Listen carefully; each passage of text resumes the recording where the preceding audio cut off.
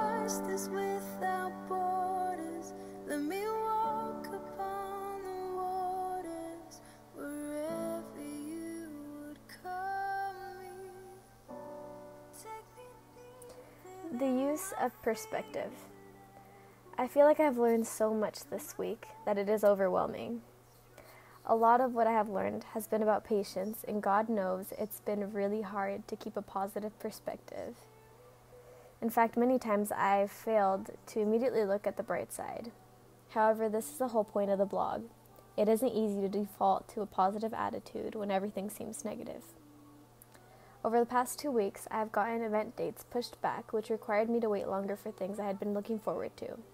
I have had grooming and vaccination appointments canceled for my dog, had to wait for important documentation in the mail that ended up going to my former school, had to wait for a status update on my working license, and finally had to babysit and clean the house. Now, many of these things required me to wait and breathe, which sucks because many of us don't like waiting, except breathing is required. However, I've talked about the benefits of patience in a previous blog, therefore I won't be touching on that subject as much. What I will be focusing on is the babysitting and cleaning. I have spent plenty of time with a 1-year-old who has won my heart over since last summer. I've seen him grow and learn, and it's been nothing short of a blessing.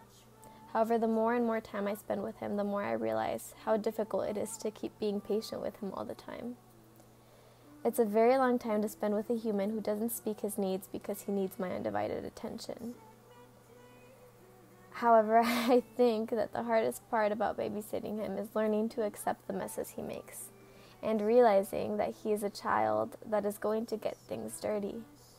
I am not a clean freak or a germaphobe, but it is very uncomfortable for me to see food plastered on the hardwood floor or to get colorful saliva on my clothing.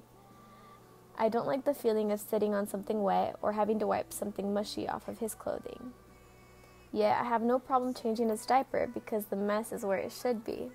It's not smeared on the couch, spread on the floor, or dripping from his toys. Therefore, babysitting him has become stressful these past few weeks because it takes a lot of patience on my part.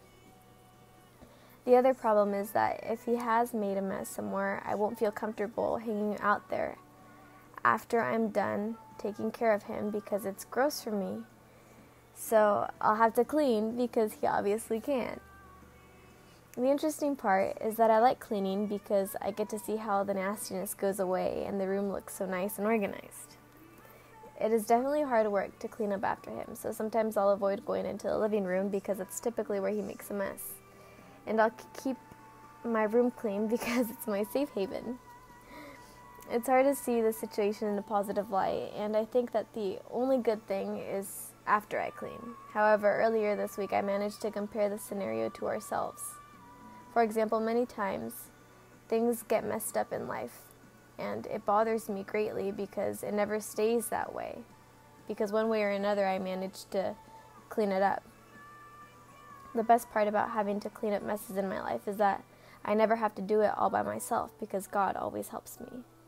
Doesn't matter how big the mess is and how bad it makes me feel. It always gets cleaned up, and I always have support, which makes it so much better. Being able to analyze this real-life situation and learn something deeper about it has helped me to feel better about the literal mess I have to clean up. And I hope that this encourages you to also use real-life situations to understand deeper things more clearly, and know that you don't have to go through tough situations on your own. What situations could you apply to deeper levels of your life? Be sure that everything is done properly and in order. 1 Corinthians 14:40.